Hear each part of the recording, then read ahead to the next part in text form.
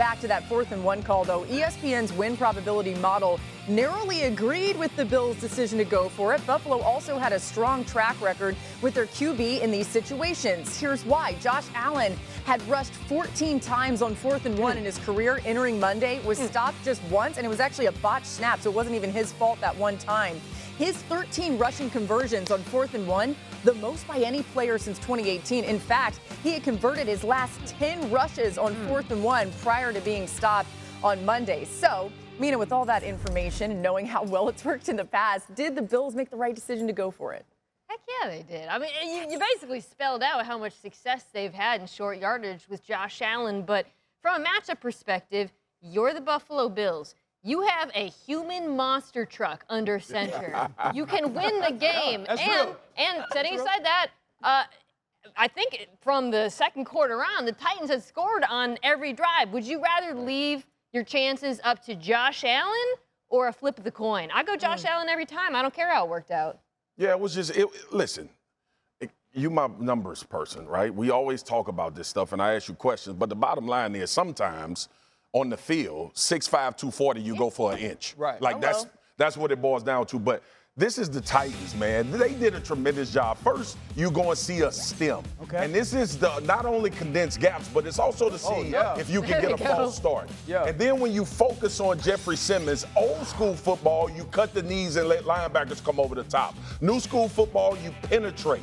You get underneath the shoulder pad of this offensive tackle, Deion Dawkins, and you just push because it's not enough time for Josh Allen to make a decision. He has to go forward. When you all look at these quarterback sneaks and you see these QBs either stepping left or right, it's because they're trying to find air. Right. And just by body positioning, it's a tough situation for a defensive lineman to close an angle and also get pushed up the field. So that's what he was thinking at that point. Jeffrey Simmons did a phenomenal job of, one, getting off the ball. In that situation, in D-line rooms, when we talk about short yardage in those particular situations, the coaches, the ball is your focus. Right. You're not focused on playing the man, the ball. He did a tremendous job seeing the ball, got off, got leverage, and created a pile, and eventually won the game. I loved your tape. 20 hours since that game happened. No one has said that. I love your tape. Thanks, man. Go ahead, RC. Appreciate it. Yeah, I mean, you know, it's tough when the numbers say what they say, and I'm on the set with a genius, and then Marcus kind of talks about how the play was made. Another genius, and then Dan is like excited because of that point made. And so now we finally get to my point. I feel really stupid, but I said it last night. When I was sitting in the green room, ready to come on. I was like, kick it.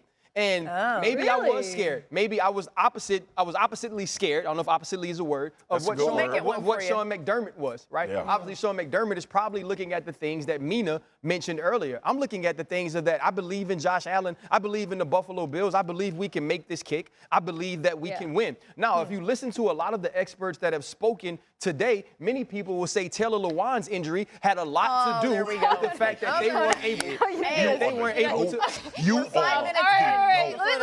me. You are the I'm going to change the subject real quick. I'm just saying. I want to tell everybody why it was big. Sometimes it comes down for me to something. This is dumb. We've all been trying to make smart points about the go for it decision, your personnel, what you're going to do as a defensive lineman. But you and I had an exchange after our show yesterday. I guarantee you, every Titans fan, you ask, okay, what does every fan on the opposite team want them to do? Kick the ball. Every Titans fan wanted them to kick the ball. Do what the other fans do. It's simple, but it's true. And that makes sense. And I was just sitting there, and I was just thinking in my football brain that you kick this, right? You get an opportunity to go into overtime, and I thought that the Buffalo Bills, who were the best team, would just find a way. I got to say, you made the smartest point so far. Thanks for watching ESPN on YouTube. For live streaming sports and premium content, subscribe to ESPN+.